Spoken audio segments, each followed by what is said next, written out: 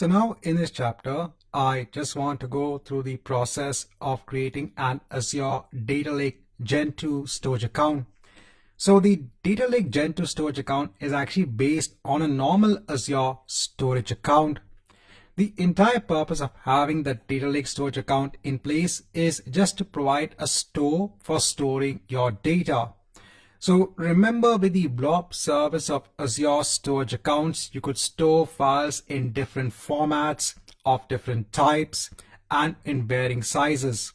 So you can use that same blob service for storing or having as your data lake in the form of a Data Lake Gen2 storage account. So here in all resources, let me hit on create. So here, let me hide this, and I'm going to create a normal storage account. Now here I'll choose my resource group.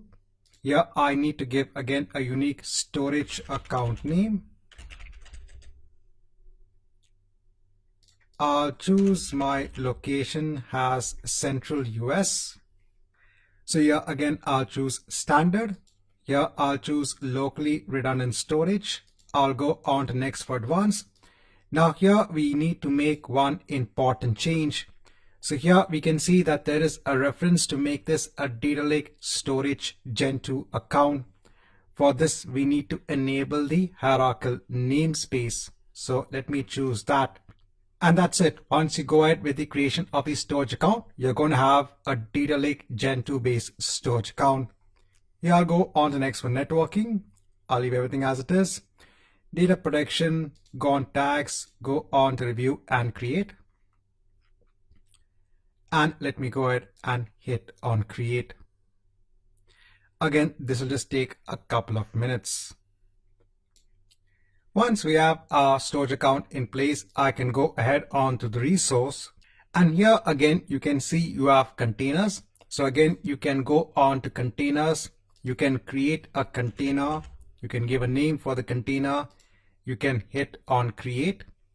If you go on to the container, now since this is based on the hierarchical namespace, here you can see you also have the ability to add directories. So here you can add a directory name and click on save. Now I'm just going to upload one log.csv file onto this particular directory. So I'll just hit on upload. Here just going on to my temp directory, and don't worry, I'll attach this log file as a resource onto this chapter. I'll hit on open and then I'll hit on upload. So if I just open up this log.csv file, it has some data in place. So this is data based on the activity log for my own Azure account. So here I have various aspects such as the correlation ID, the operation name, status, etc. So these are all the operations that have been performed on one of my other Azure accounts.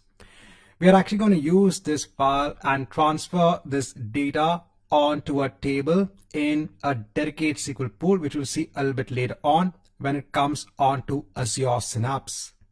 But for now, I just want to show you the first part in which you can create an Azure Data Lake Gen2 storage account. Here you can see that it is behaving as a normal Azure storage account, but with the added advantage of having directories. You can also manage the authentication of these directories as well. Right, so this marks the end of this chapter, wherein we have created our Azure Data Lake Gen2 storage account.